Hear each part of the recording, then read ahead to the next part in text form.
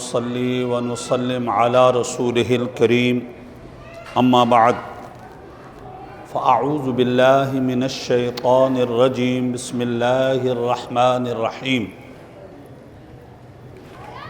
سبحان الذي أسرى بعبده ليلا من المسجد الحرام إلى المسجد الأقصى صدق اللہ العلی العظیم۔ محترم المقام جملہ سامعین، حاضرین و ناظرین، آپ احباب کے علم میں ہے کہ اللہ تبارک و تعالی عز و جل نے اپنے محبوب صلی اللہ علیہ وسلم کے سفر معراج کو اپنی لا ریب بعیب کتاب میں بیان فرمایا، اور اس عظیم سفر کے دوران اللہ تبارک و تعالی نے اپنے حبیب صلی اللہ علیہ وسلم کی جو شانیں تھی اور جو کمالات تھے، جو اعجازی مقام تھا، اس کو بیان فرمایا۔ اللہ تبارک و تعالی عز و جل نے مختصر ٹائم، مختصر مدت کو بیان فرمایا کہ یہ سارا سفر قلیل وقت میں ہوا، تھوڑے ٹائم میں ہوا۔ یہ بھی اللہ تبارک و تعالی نے حبیب صلی اللہ علیہ وسلم کے مقام کو، جس کو مقام طی کہتے ہیں، کہ اللہ تبارک و تعالی نے لوگوں کے لیے زمانہ یہی رہنے دیا، لوگوں کے لیے ٹائم یہی رہنے دیا، لوگوں کے لیے وقت قلیل رہنے دیا، لوگوں کے لیے مدت تھوڑی رہنے دی، لیکن اپنے حبیب صلی اللہ علیہ وسلم کے لیے وہ زمانہ کئی ہزار سالوں پر بڑھا دیا، کئی ہزار سالوں پر محیط کر دیا۔ اللہ تبارک و تعالی نے سفر معراج میں حبیب صلی اللہ علیہ وسلم کے لیے بتا دیا، میں رب ہوں، میں نے اپنے محبوب کو یہ اعجاز عطا فرمایا ہے اور یہ شان اعجاز عطا فرمائی ہے کہ جو لوگوں کے لیے زمانہ سمٹا رہا، لوگوں کے لیے زمانہ سمیٹ کر کے میں نے رکھ دیا، وہ قلیل مدت تھی، وہ لیلن تھا، وہ تھوڑا سا عرصہ تھا، لیکن میرے حبیب کا جو سفر تھا وہ کئی ہزار سالوں پر محیط تھا اور کئی میلوں پر محیط تھا۔ اللہ نے اس سفر معراج کے میں حبیب کے اس شان کو بھی بیان فرمایا۔ اس سفر معراج میں حبیب صلی اللہ علیہ وسلم کی ایک اور شان کو بیان فرمایا، اس لیے کہ پڑھے لکھے لوگ جو ہیں اور پڑھی لکھی جنریشن جو ہے اور پڑھے لکھے جو ہماری نسل ہے، بچے ہیں، یہ جانتے ہیں کہ انسان کے وجود میں جو ہے وہ اوپر اڑنے کی سکت نہیں ہے، اوپر اڑنے کی سکت نہیں ہے، یہ زمین کی طرف اس کو کشش ہوتی ہے، زمین کی طرف یہ کھنچتا ہے، زمین کی طرف یہ آتا ہے۔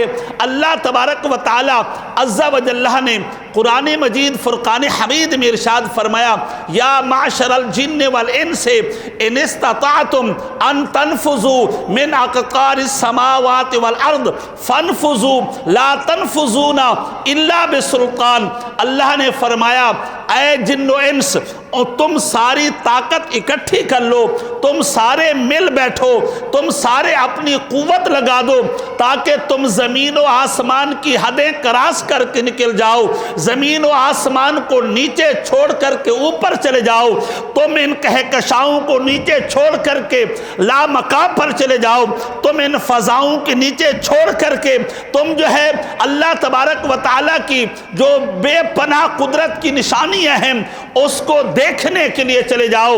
اللہ فرماتا ہے، اے جن و انس، تم کر نہیں سکتے، تمہارے اندر یہ طاقت نہیں ہے، تمہارے اندر یہ پاور نہیں ہے، آپ کا یہ آپ کی جو ہے یہ جو ٹیکنالوجی ہے، آپ کی جو سائنس ہے، آپ کے جو سائنسدان ہیں، یہ تو اللہ تبارک و تعالیٰ کے آسمان کے نیچے لٹکایا ہوا ایک چراغ ہے جسے قمر کہتے ہیں، یہ تو یہاں تک پہنچے ہیں اور آگے جانے میں ان کے پاس پاور نہیں ہے، سکت نہیں ہے، یہ مریخ تک کیا پہنچیں گے؟ اللہ تبارک و تعالیٰ نے شب معراج مریخ بھی نبی کے قدموں میں تھا، زمین بھی نبی کے قدموں میں تھی، ساتوں آسمان بھی نبی کے قدموں میں تھے، سدرۃ المنتہا بھی نبی کے قدموں میں تھا، عرش بھی نبی کے قدموں میں تھی، اور نوری مخلوق بھی نبی صلی اللہ علیہ وسلم کے قدموں کو چوم رہی تھی، اور لامکہ بھی نیچے تھا۔ میرا حبیب عرش اولا پر پہنچ کر بتا دیا، لوگوں ساری کائنات اگر ہے تو محبوب کے قدموں کے سائے میں ہے، محبوب کے قدموں کے سائے میں ہے۔ اللہ اکبر۔ اللہ تبارک و تعالیٰ نے اس سفر معراج میں حبیب صلی اللہ علیہ وسلم کے امامت کو بیان فرمایا۔ لوگ تو یہ دیکھ رہے تھے یہ ہمارے حبیب جو ہے وہ صحابہ کے جھرمٹ میں کبھی بیت اللہ کے امام نظر آتے ہیں، لوگ تو یہ دیکھ رہے تھے صحابہ کے جھرمٹ میں وہ مسجد نبوی کے امام نظر آتے ہیں، وہ تو یہ دیکھ رہے تھے کہ صحابہ کے جھرمٹ میں کبھی پہاڑوں پر امامت کرتے نظر آتے ہیں۔ اللہ نے شب معراج بیان فرمایا، لوگوں جس طرح میرا حبیب صلی اللہ علیہ وسلم مسجد نبوی کا امام ہے تو صحابہ کا امام ہوا، اپنی امت کا امام ہے، اور مسجد حرام کا امام ہے تو صحابہ کا امام ہوا، اپنی امت کا امام ہوا۔ فرمایا بیت المقدس میں اللہ نے محبوب کو بلا کر کے امام الانبیاء ہونا بھی بتا دیا اور افضل الرسل ہونا بھی بتا دیا۔ بیت المعمور میں فرشتوں کو امامت کرا کے امام الملائکہ ہونا بھی ثابت کر دیا۔ یہ سفر معراج کے سارے مقامات تھے۔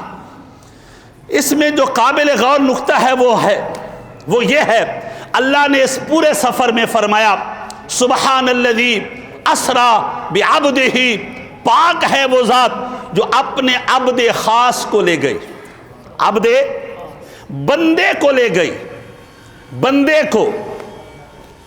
یہ بات یاد رکھیے گا، جب ہم بندے کی بات کرتے ہیں، عبد کی بات کرتے ہیں تو کچھ ذہنوں میں ایک تشویش لاحق ہو جاتی ہے یا کچھ دماغوں میں ایک فطور پیدا ہو جاتا ہے۔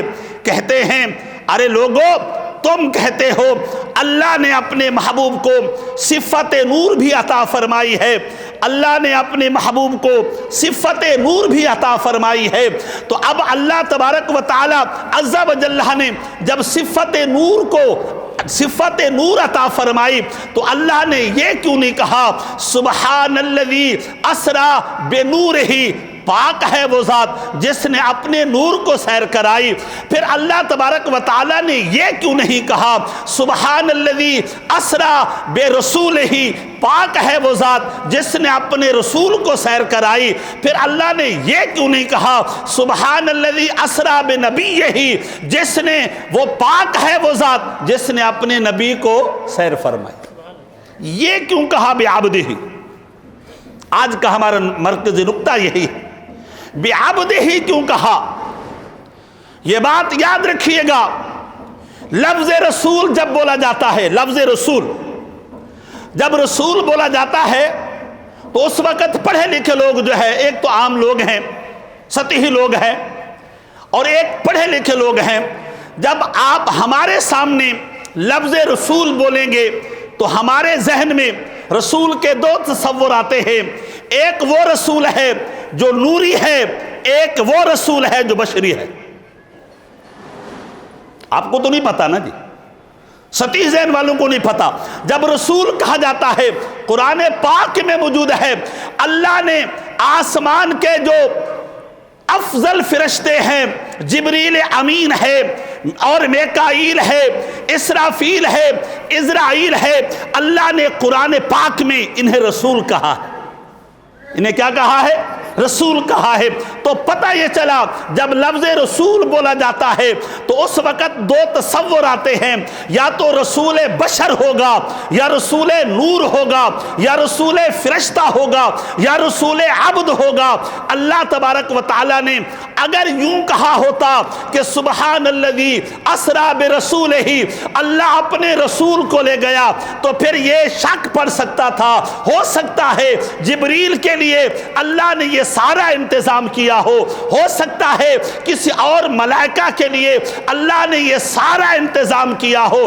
اللہ نے فرمایا ہاں میں نے سارا انتظام تو کیا ہے، لیکن عبد رسول ملائکہ کے لیے نہیں کیا، رسول نور کے لیے نہیں کیا، بلکہ میں نے رسول نور کو بھیجا اور رسول ملائکہ کو بھیجا، جاؤ رسول بشر کو لے کر کے آؤ، رسول عبد کو لے کر کے آؤ، جا کر پہلے ان کے قدموں کو چومو اور پھر میرے محبوب کے پاس میرے پاس لے آؤ۔ رسول نور تو حضور کے قدم چومتے ہیں، رسول نور تو حضور کے قدم چومتے ہیں، رسول نور تو حضور کی دہلیز پر آتے ہیں، رسول نور تو حضور کے گنبد خضرا کے طواف کرتے ہیں، رسول نور تو حضور پر درود و سلام پڑھتے ہیں، رسول نور تو حضور کے پاس غلامانہ حیثیت سے آتے ہیں۔ آپ کو پتہ ہے جبریل امین کو ایک مرتبہ حبیب صلی اللہ علیہ وسلم نے فرمایا جبریل ذرا یہ بتا تیری اصلی شکل کیا ہے، تیری اصلی صورت کیا ہے، تیری اصلی وجود کیا ہے؟ یہ بخاری میں موجود ہے۔ حضور علیہ السلام نے جب پوچھا تو جبریل امین نے کہا یا رسول اللہ صلی اللہ علیہ وسلم اب مجھے دیکھیے۔ جبریل نے اپنا وجود پھیلایا، جبریل نے اپنی اصلی شکل دکھلائی، جبریل نے اپنے پر پھیلائے تو وہ پر شرق سے غرب تک پھیلے ہوئے تھے، زمین و آسمان کے درمیان کی سارا حصہ وجود جبریل سے بھرا ہوا تھا۔ یہ جبریل کا وجود ہے، یہ جبریل کی پاور ہے، یہ جبریل کی اصل شکل ہے۔ لیکن صحابہ فرماتے ہیں ہم نے کئی مرتبہ دیکھا ایک بندہ آتا ہے، حضور کے ساتھ بیٹھتا ہے، حضور کے قدموں میں حضور کے قدموں پر ہاتھ رکھتا ہے، حضور کے جو ہے وہ گھٹنوں پر ہاتھ رکھتا ہے۔ اللہ کے بندے یہ ہمارے ہاں کا دستور یہ ہے کہ کسی کے قدموں پر ہاتھ وہ رکھتا ہے جس کی شان کم ہو، کسی کے گھٹنوں پر ہاتھ وہ رکھتا ہے جو شاگرد ہو نہ کہ استاد۔ تو پتہ چلا جبریل کی حیثیت یہ ہے، لیکن محبوب کی بارگاہ میں آتا ہے تو حضور کے قدموں پر ہاتھ رکھ کر کے قدموں کو چوم کر کے جگاتا ہے۔ اللہ نے اگر بعبدہ کہا برسولہ کہا ہوتا تو اس کی بھی ایک وجہ ہے۔ اللہ یوں کہہ دیتا، اللہ اپنے رسول کو لے گیا۔ قرآن مجید فرقان حمید میں ارسل الرسول کا لفظ موجود ہے۔ اللہ نے بھیجا، ہم نے رسول بھیجا۔ اللہ نے کہا کہ ہم نے رسول بھیجا۔ یا اللہ یہ رسول کیوں کہا؟ جب سفر معراج کو بیان فرمایا تو بعبدہ کہا، اور جب رسول کے آنے کو بیان فرمایا برسولہ ہی کہا۔ اس کی وجہ یہ ہے اللہ کے بندے ہمیں اس پر ناز ہے، ہمیں اس پر ناز ہے کہ ہم اللہ کے بندے ہیں، ہمیں اس پر ناز ہے کہ ہم حضور کی امت ہیں۔ تو بندہ خدا ہونا یہ اعلیٰ درجہ ہے، بندہ الہ ہونا یہ اعلیٰ درجہ ہے، بندہ رب ہونا یہ اعلیٰ درجہ ہے، رب العالمین کا بندہ ہونا یہ اعلیٰ درجہ ہے۔ اب ظاہر ہے اللہ بلا رہا تھا اپنی طرف، اللہ بلا رہا تھا اپنے دیدار کی طرف، اللہ بلا رہا تھا اپنے شانوں کو دکھانے کے لیے۔ تو اس موقع پر جو مناسب تھا وہ برسول ہی نہیں تھا بلکہ بعبدہ ہی مناسب تھا، بعبدہ ہی۔ میں اس کی مثال دیتا ہوں، مجھے اگر ابا اماں بلائیں تو میں ان کے سامنے مولوی بن کر کے تو نہیں جاؤں گا نا جی، بیٹا بن کر کے جاؤں گا نا، بیٹا بن کر کے جاؤں گا نا جی۔ کیوں؟ کہ ان کے سامنے میرا مقام یہی ہے، میں ان کا بیٹا ہوں، ان کے سامنے میرا اسٹیٹس یہی ہے، میں ان کا بیٹا ہوں۔ وہ آج مجھے کیا کرتا ہے سراج، تو کیا کرتا ہے مولوی، آج بھی ان کو کہنے کا حق حاصل ہے. آج بھی مجھے کہتے اے سراج تو کیا کرتا ہے. میری اماں کو آج بھی کہنے کا حق حاصل تھا, میرے ابا کو بھی آج کہنے کا حق حاصل تھا. آپ میرے سارے بزرگ موجود ہیں, آپ سارے میرے محبت کرنے والے موجود ہیں, یہ میرے نوجوان موجود ہیں, یہ میرے بزرگ موجود ہیں, لیکن آپ کو یہ حق حاصل نہیں ہے کہ آپ مجھے کہو اے سراج. آپ کو یہ حق حاصل نہیں ہے. یہ میری اماں کو حق حاصل ہے, یہ میرے ابا کو حق حاصل ہے. تو میرے بھائی, کہ جس کو ہم محمد کہے, جس کو آمنہ محمد کہے, کہ جس کو عبداللہ جو ہے وہ محمد کہے, لیکن اللہ جو ہے اسے عبد ہی کہے, اسے بندہ کہے, تو یہ اللہ کو حق حاصل ہے. ہمیں یہ حق حاصل ہے کہ ہم اسے عبد ہی, ہم اسے محمد الرسول اللہ کہیں گے. ہمیں یہ حق حاصل ہے ہم اسے یا رسول اللہ کہیں گے. ہمیں یہ حق حاصل ہے ہم اسے یا نبی اللہ کہیں گے. اور اللہ کو یہ حق حاصل ہے وہ اسے بھی عبد ہی کہہ کر کے پکار سکتا ہے. ایک اور بات بھی یاد رکھیے گا, اللہ تبارک و تعالیٰ نے بھی عبد ہی کہا, تو کیا جب اللہ نے بھی عبد ہی کہا تو حضور اس وقت صفت نور سے متصف نہیں تھے؟ جب بھی عبد ہی کہا تو حضور رسول نہیں تھے؟ جب بھی عبد ہی کہا تو حضور نبی نہیں تھے؟ ایسی کوئی بات نہیں ہے بھئی. اللہ تعالیٰ کے فضل و کرم سے اگر مجھے کوئی قاری کہے, اللہ کے فضل و کرم سے میں مستند قاری ہوں بھائی, تو جب مجھے کوئی قاری کہے تو کیا میں عالم نہیں ہوتا؟ اگر کوئی مجھے عالم کہے تو میں قاری نہیں ہوتا؟ کوئی مجھے قاری بھی کہہ دے, علامہ بھی کہہ دے, تو میں مفتی نہیں ہوتا ہوں؟ بھئی ایک صفت کو بیان کرنے سے دوسری صفات کی نفی نہیں ہوتی. اللہ اکبر. عبد الوہاب شیرانی علیہ رحمت نے لکھا ہے, فرمایا اللہ تبارک و تعالیٰ نے جب اپنے محبوب کو پیدا کیا, اپنے محبوب کے نور کو پیدا کیا, اللہ نے اپنے محبوب کے نور کو صفت رافت میں رکھا تو حضور کو صفت رعوف عطا فرما دی. صفت رحیم میں رکھا تو حضور کو رحیم کہہ دیا. صفت کرم میں رکھا تو حضور کو کریم کہہ دیا. صفت علم میں رکھا تو اللہ نے محبوب کو وَعَلَّمَكَ مَا لَمْ تَكُنْ تَعْلَمْ وَكَانَ فَضْلُ اللَّهِ عَلَيْكَ عَظِيمٌ کہہ دیا. اور اللہ نے اپنے محبوب کو محبت نور میں رکھا تو اپنے محبوب کو نور علی نور بنا دیا. یہ کتاب ہے العقائد الجواقیت والجواہر فی عقائد الاکابر کے نام سے کتاب ہے. اللہ اکبر. تو میں بتا رہا تھا اللہ تبارک و تعالیٰ نے یہ سارا سفر جب کرایا تو فرمایا سبحان الذی اسری بعبدہ. اللہ نے یہ نہیں کہا کوئی بندہ کسی بندے کو لے گیا, اللہ نے یہ بھی نہیں کہا بعبد کسی بندے کو لے کر کے چلا گیا, نہیں, اللہ نے فرمایا اللہ خاص بندے کو لے گیا. خاص. اس کی ایک مثال سنیے. ایک ہوتا ہے محرک, ایک ہوتا ہے متحرک. محرک ہوتا ہے حرکت دینے والا, متحرک ہوتا ہے حرکت کی صلاحیت رکھنے والا. حرکت کی صلاحیت رکھنے والا. اگر کوئی شخص آپ کو یہ کہے کہ بھائی میں نے آج ریلوے پٹری کے اوپر جو ہے نا ایک انجن دیکھا ہے, اس کے پیچھے جو ہے وہ 10 بوگیاں بندھی ہوئی تھیں اور وہ جو ہے 1 گھنٹہ فی کلومیٹر کی رفتار سے جو ہے وہ بھاگتا ہوا دوڑتا ہوا جا رہا تھا, تو آپ کو حیرت ہوگی؟ نہیں ہوگی حیرت. کیوں؟ انجن میں اتنا تیز دوڑنے کی صلاحیت موجود ہے, وہ اتنا تیز چلا سکتا ہے, اور پٹری کے اوپر ان ڈبوں کو اتنا تیز چلنے کی صلاحیت موجود ہے. اب اللہ نے فرمایا سبحان الذی اسری بعبدہ, پاک ہے وہ ذات جو اپنے بندے کو لے گئی.